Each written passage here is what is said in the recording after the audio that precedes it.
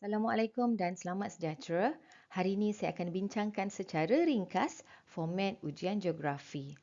Paper geografi terbahagi kepada 3, iaitu bahagian A, soalan objektif. Soalan objektif seperti biasa, pilihan jawapan A, B, C, D. Next, bahagian B ialah soalan struktur. Kita akan lihat secara ringkas berkaitan soalan struktur di dalam slides yang berikutnya. Dan akhir sekali bahagian C ialah soalan esei yang akan dibincangkan secara terperinci berdasarkan kata kunci yang diberi dalam setiap soalan. Bahagian B, soalan struktur. Kita tengok dulu soalan 1. Soalan 1 ialah soalan kemahiran peta. Kemahiran peta ini berkaitan dengan rujukan grid, ciri fizikal, ciri budaya, skala, jarak dan pentafsiran peta yang diberi. Mari kita lihat isi kandungan buku teks geografi tingkatan 2 ini. Soalan 1 ialah soalan berdasarkan kemahiran peta. Maka, soalan 1 hanya melibatkan bab 1 dan bab 2 sahaja kerana hanya bab 1 dan bab 2 yang berkaitan dengan kemahiran geografi. Seterusnya, bagi soalan 2 dan soalan 3 adalah terbuka bagi bab-bab yang lain. Bahagian C, soalan esei. Dalam 4 soalan yang dipaparkan, murid-murid hanya perlu memilih 2 soalan sahaja untuk dijawab. Kemudian setiap satu soalan, contoh soalan 1, ada soalan 1A dan ada soalan 1B. Tapi saling berkaitan, saling related the question. Kemudian kamu fokus kepada keyword. Dalam setiap soalan ada kata kunci. So fokus pada keyword dia. Soalan perlu dijawab dalam bentuk ayat yang panjang. Kenal pasti kata kunci. Jika dalam soalan kamu nampak perkataan nyatakan, berikan, senaraikan, namakan, apakah, kemukakan, kamu hanya perlu menulis fakta sebagai jawapan. Jika kamu nampak perkataan terangkan, jelaskan, mengapakah, cadang, bagaimanakah, dalam jawapan kamu perlu dinyatakan fakta dan huraian ataupun fakta dan contoh.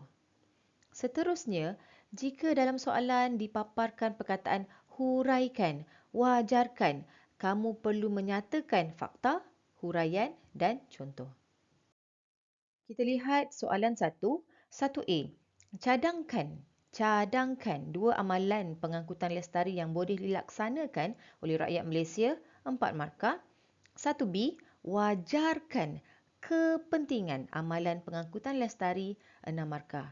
Okey, kamu tengok dalam satu soalan dipecahkan kepada 1A dan 1B namun saling berkaitan. Kita tengok soalan 1A, cadangkan 2 amalan pengangkutan lestari yang boleh dilaksanakan oleh rakyat Malaysia, 4 markah. Keyword dia kita fokuskan kepada perkataan cadangkan. Cadangkan, murid-murid perlu menulis fakta dan huraian ataupun fakta dan contoh. Cadangkan. Keyword dia cadangkan 2 amalan pengangkutan lestari. 4 markah. Bila cadangkan, kena 1 fakta, 1 huraian. Lepas tu, 1 lagi fakta, 1 lagi huraian. 4 markah. Jom kita tengok contoh jawapan. Antara amalan pengangkutan lestari yang kita boleh laksanakan ialah menggunakan kereta elektrik. Kereta elektrik boleh mengurangkan pembebasan gas karbon monoksida. Jawapan seterusnya, penggunaan kereta hibrid dapat menjimatkan penggunaan bahan api. Total 1 fakta, 1 huraian. Fakta kedua, huraian kedua. Total 4 markah. Kereta hibrid ni ialah hanya melibatkan penggunaan sebahagian petrol dan sebahagian elektrik. Sebab tu huraiannya menjimatkan penggunaan bahan api. Sebagai fakta tambahan, boleh juga kamu tulis antara amalan pengangkutan lestari yang lain adalah dapat dengan menggunakan pengangkutan awam. Boleh mengurangkan kesesakan lalu lintas.